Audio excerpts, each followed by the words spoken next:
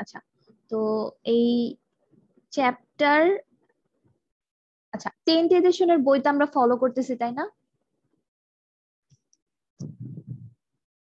জি ma'am. হ্যাঁ, এখন আপনাদের ইয়া ছিল একটা চ্যাপ্টার 19 ছিল, 17 ছিল। 19টা আমি পড়াবো না।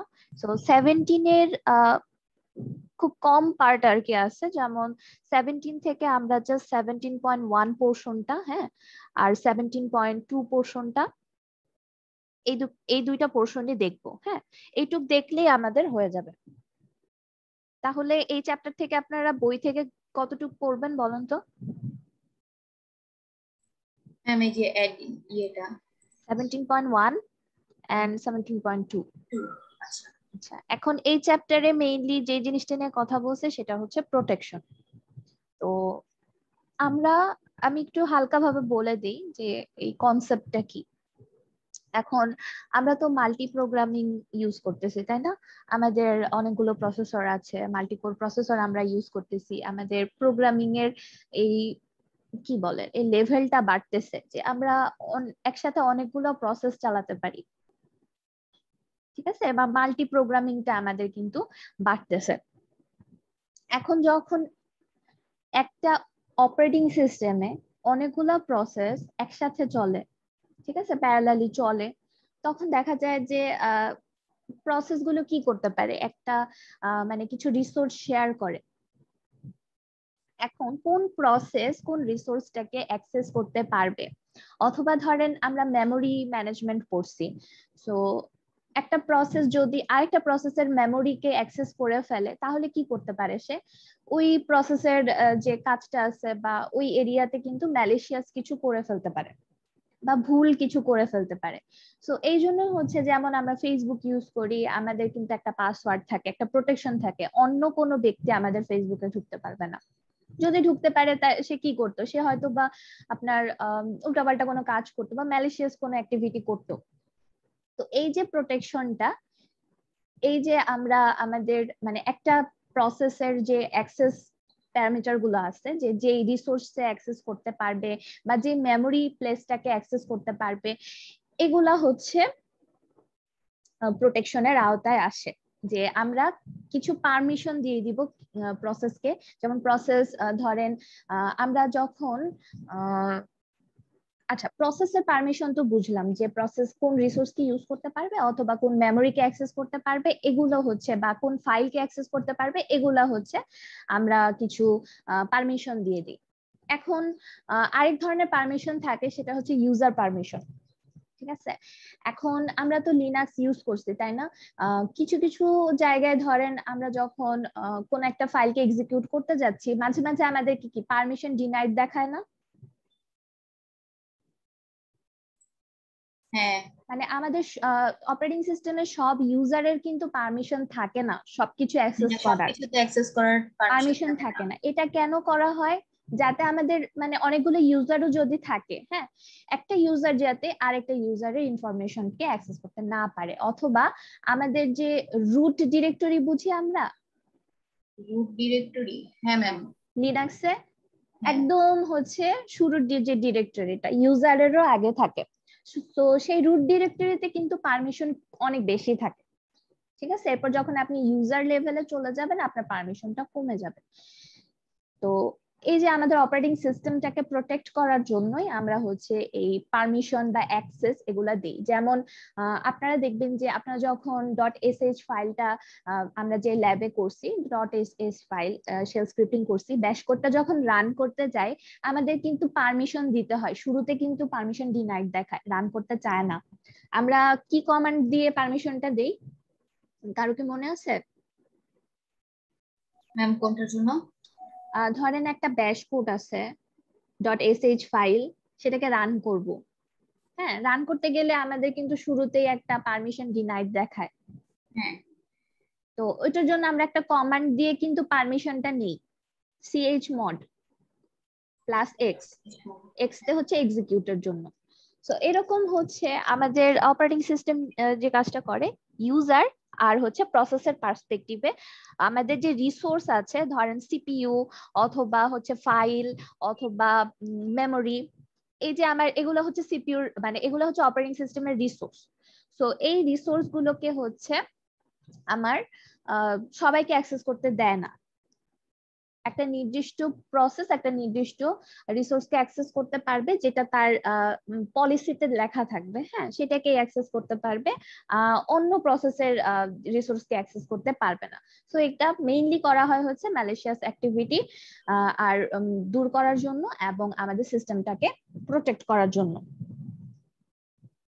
ঠিক আছে, সো এটাই হচ্ছে প্রোটেকশনের ইয়া। যেমন এই যে এখানে বলছে আপনার যে proper authorization from the operating system can operate on files, memory segments, CPU, networking and other resources of the system. So সিস্টেমের যে রিসোর্স গুলো আছে সেগুলো যদি আমরা ইউজ করতে চাই তাহলে হচ্ছে একটা প্রসেস এবং একটা ইউজারের কিন্তু ভিন্ন ভিন্ন ধরনের পারমিশন আমরা গ্র্যান্ট করি। এটা হচ্ছে যারা অপারেটিং সিস্টেম ডিজাইন করে তারাই কিন্তু এই পারমিশন গুলো দিয়ে দেয়। এরপর গোলস অফ প্রোটেকশন এটা আছে।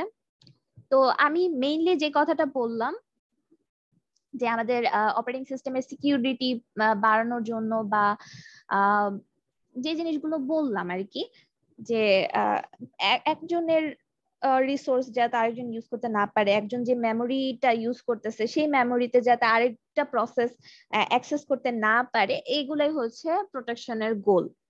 তো আপনারা এটা একটু রিডিং পড়ে নিবেন, রিডিং পড়ে নিলেই বুঝতে পারবেন যে এখানে কি বলা হয়েছে। দেন আছে হচ্ছে প্রিন্সিপাল অফ প্রোটেকশন। তো এখন দেখেন এখানে হচ্ছে প্রিন্সিপাল প্রোটেকশনের মধ্যে প্রিভিলেজের একটা ব্যাপার বলছে যে প্রিভিলেজ বলতে কি, প্রিভিলেজ বলতে আমরা কি বুঝি, অধিকার টাইপের বুঝি। সো আমাদের যে প্রসেস গুলো থাকবে এই প্রসেস গুলো হচ্ছে বিভিন্ন প্রিভিলেজ থাকবে। যেমন মোস্ট প্রিভিলেজ প্রসেস কি হবে, অনেক কিছু অ্যাক্সেস করতে পারবে, বা মোস্ট প্রিভিলেজ যে ইউজার সে কিন্তু অনেক বেশি কিছু অ্যাক্সেস করতে পারবে লিস্ট প্রিভিলেজ থেকে। সো এখানে প্রিভিলেজের কথা বলা হয়েছে। তারপরে যেটা বলা হয়েছে যে পারমিশন, আমরা কিন্তু পারমিশন জিনিসটা দিয়ে, যেমন .sh ফাইলের মধ্যে আমার যদি কোনো ম্যালিশিয়াস অ্যাক্টিভিটি থাকতেই পারে, এটাও যেহেতু এক্সিকিউটেবল ফাইল, এটা আমার অপারেটিং সিস্টেমের দেখা গেল কোন একটা পোর্শনকে মানে কারাপ্টেড করে ফেলতেছে। সো এই জন্যই কিন্তু আমরা .sh ফাইলটা যখন রান করতে যাই তখন পারমিশন ডিনাইড দেখায়, আমাদেরকে অ্যাকচুয়ালি পারমিশন নিয়ে নিতে হয়। সো এরকম পারমিশন আছে কিছু, যে আমি ইউজারকে বা আমার যে প্রসেসকে কি পারমিশন দিব না দিব, এইটার মাধ্যমে আমরা কিন্তু করতে পারি, প্রোটেকশনটা এনশিওর করতে পারি। অনেক সময় অ্যাপ্লিকেশন প্রোগ্রামার যারা আছে তারাই কিন্তু প্রোটেকশনটা আমাকে ডিফাইন করে দেয়। অনেক সময় হচ্ছে অপারেটিং সিস্টেমের যে ডিজাইন সেই ডিজাইন অনুযায়ী কোন টাইপের প্রসেস কি পারমিশন পাবে, কোন টাইপের ইউজার কি পারমিশন পাবে, সেটা কিন্তু আমরা এখান থেকে বুঝতে পারি। এরপরে আরেকটা টার্ম আছে হচ্ছে কম্পার্টমেন্টালাইজেশন। এটা কি বলছে যে compartmentalization is the process of protecting each individual system component through the use of specific permission and access restriction. একই কথা, কম্পার্টমেন্টালাইজেশন কি, একটা নির্দিষ্ট সিস্টেম কম্পোনেন্টকে আমরা কি করতেছি, অ্যাক্সেস অথবা হচ্ছে রেস্ট্রিকশন দিয়ে হচ্ছে আরেকটা সিস্টেম বা সাব কম্পোনেন্ট থেকে আলাদা করতেছি, এটাই হচ্ছে কম্পার্টমেন্টালাইজেশন। তো এখানেও পারমিশন আর রেস্ট্রিকশনটা ইউজ হয়। আচ্ছা, এরপরে আরেকটা জিনিস এখানে বলা আছে, দেখেন অডিট ট্রেল। অডিট ট্রেলে কি থাকে, the careful use of access restriction can make a system more secure and can also beneficial in producing audit trail which tracks divergences from allowed access. So যে অ্যাক্সেস গুলো actually allowed আছে আপনার processor অথবা ইউজারের, সেই access থেকে যদি কোনো divergence হয়, যদি কোনো আনওয়ান্টেড কাহিনী এখানে দেখা দেয়, সেটা অডিট ট্রেলের মধ্যে থাকে। তো সেটা দেখে আপনার সিস্টেম ইঞ্জিনিয়ার বা সিস্টেম বুঝতে পারবে যে এখানে কোনো একটা ম্যালিশিয়াস অ্যাক্টিভিটি হচ্ছে, যে আমাদের প্রোটেকশনটা আবার ইনশিওর করতে হবে এবং দেখতে হবে যে কোথায় প্রবলেম। তো এগুলো এখানে বলা আছে, একটু রিডিং পড়ে নিবেন, খুবই কম, এই 17.2 and 17.1 এইটা। আর প্রোটেকশনের যে কনসেপ্টটা সেটা যদি আমরা এখান থেকে বুঝি যে প্রোটেকশন জিনিসটা অ্যাকচুয়ালি কি অপারেটিং সিস্টেমে, তাহলে ইনশাল্লাহ হয়ে যাবে। ঠিক আছে, তাহলে এতটুকু হচ্ছে আমাদের সিলেবাস। কারো কোনো কোশ্চেন আছে এখানে? না ম্যাম। আচ্ছা ম্যাম, তাহলে আমাদের এবার হচ্ছে গিয়ে চ্যাপ্টার গুলা সব চ্যাপ্টার কি কি? কি কি আছে? আমি পড়াইছি এর আগে মনে হয় 4টা চ্যাপ্টার। হ্যাঁ, কি কি পড়াইছি?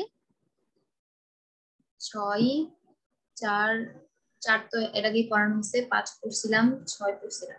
মিডের পরে যেগুলো পড়ছি 6 পড়ছি, দেন 6 পড়ছি, 8 পড়ছিলাম।